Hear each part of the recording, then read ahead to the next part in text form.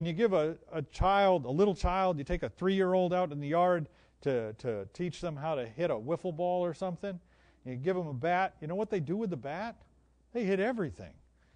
They're crazy. They just start whacking stuff. You're looking at me like... And they're going to ruin it if you don't calm them down. It's amazing. It's like, this isn't going to be any good for hitting wiffle balls or anything else. You're dinging the thing all up. Cut it out. They're messing with it.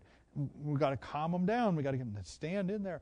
And then you've got to help them so that they can see how to use this thing. But even then, when you turn your back, they'll start whacking the fence with it. You've got to pay attention because they've got all these... Now listen, if you're 3...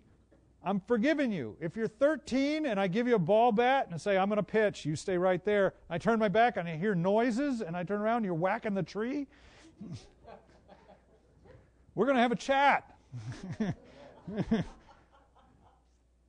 The flat spot on the bat, you understand why there's flat spots here now? Because you've been banging the tree with it. That's not the way we use the bat. Are you guys awake? So my question is this.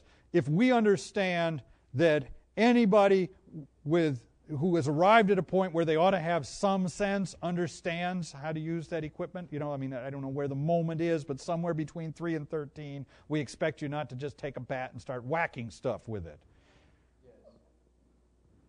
Yes.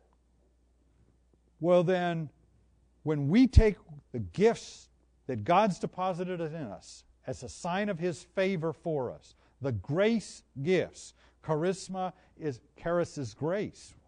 The grace gifts of God to us.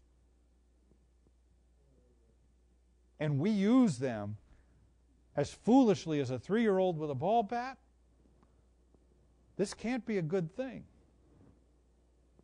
I'm not the wisest, I'm not the most mature, but I'm sharp enough to know that's not what He gave me those gifts for.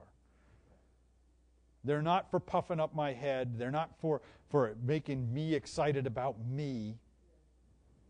They're not to give me a different way of thinking about myself all the time.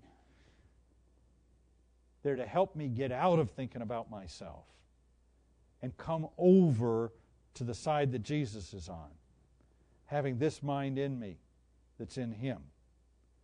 The mind which says obedience is the most important thing to me.